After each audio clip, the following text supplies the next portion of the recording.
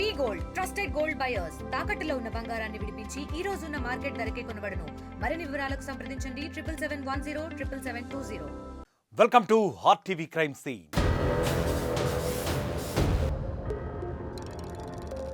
ముక్కు ముఖం తెలియని వ్యక్తి కోసం తన జీవితాన్నే అంకితం చేసేది ఒక్క భార్య మాత్రమే. పుట్టింట్లో మహాలక్ష్మిలా పెరిగిన వాళ్లకు అత్తింట్లో మాత్రం ఇంకా బానిస బ్రతుకులే మిగిలిపోతున్నాయి. వరకట్నం పిశాచిల్లా మారుతున్న కొందరు భర్తలు భార్యలను వేధించి హింసించి బలి తీసేసుకుంటున్నారు. తాజాగా హైదరాబాద్ కేపీహెచ్బీలో కూడా మరొక వివాహిత దారుణంగా బలైపోయింది.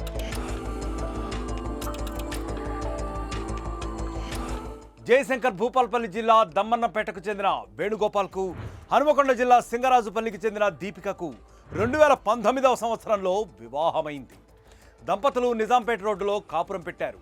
వీరికి 13 నెలల ఒక బాబు కూడా ఉన్నాడు. అయితే వివాహమైన తర్వాత ఈ ఏడాది నుంచే దంపతుల మధ్య వరకట్నం కోసం గొడవలు మొదలయ్యాయి. ఏ పని చేయకుండా దీపికను వేధించసాగాడు సదరు భర్త వేణుగోపాల్.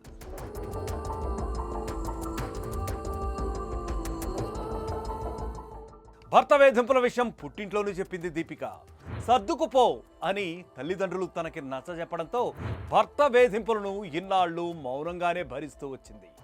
కానీ రోజు రోజుకు సైకోలా మారిన భర్త అదనపు కట్నం కోసం భార్యను చిత్రహింసలకు గురి చేసేవాడు.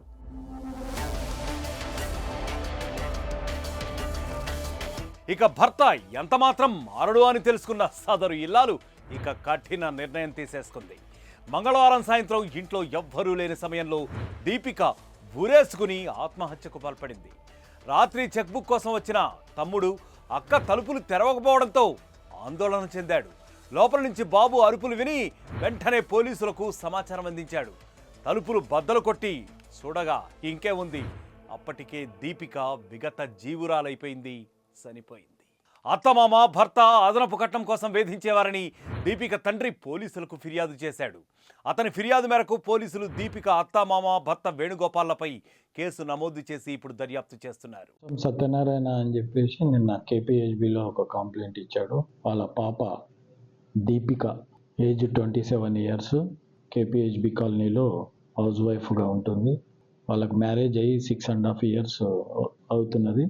భర్త తరచుగా అత్తమామలు వరకట్నం తీసుకురాలేదని, ల్యాండ్ పేపర్లు వీళ్ళ పేరు మీద రిజిస్ట్రేషన్ చేపియమని వేధింపులకు గురి చేస్తూ, ఆ అమ్మాయి ప్రెగ్నెంట్తో ఉన్నప్పుడు కూడా వాళ్ళ ఇంటికి పంపించేశారు. తండ్రి గారి దగ్గర 22 మంత్స్ ఉన్న తర్వాత పెద్దల సమక్షంలో కుదిరించుకొని మళ్ళా కేపీహెచ్బి తిరిగి భర్త తన ఇంటికి తీసుకొని వచ్చాడు.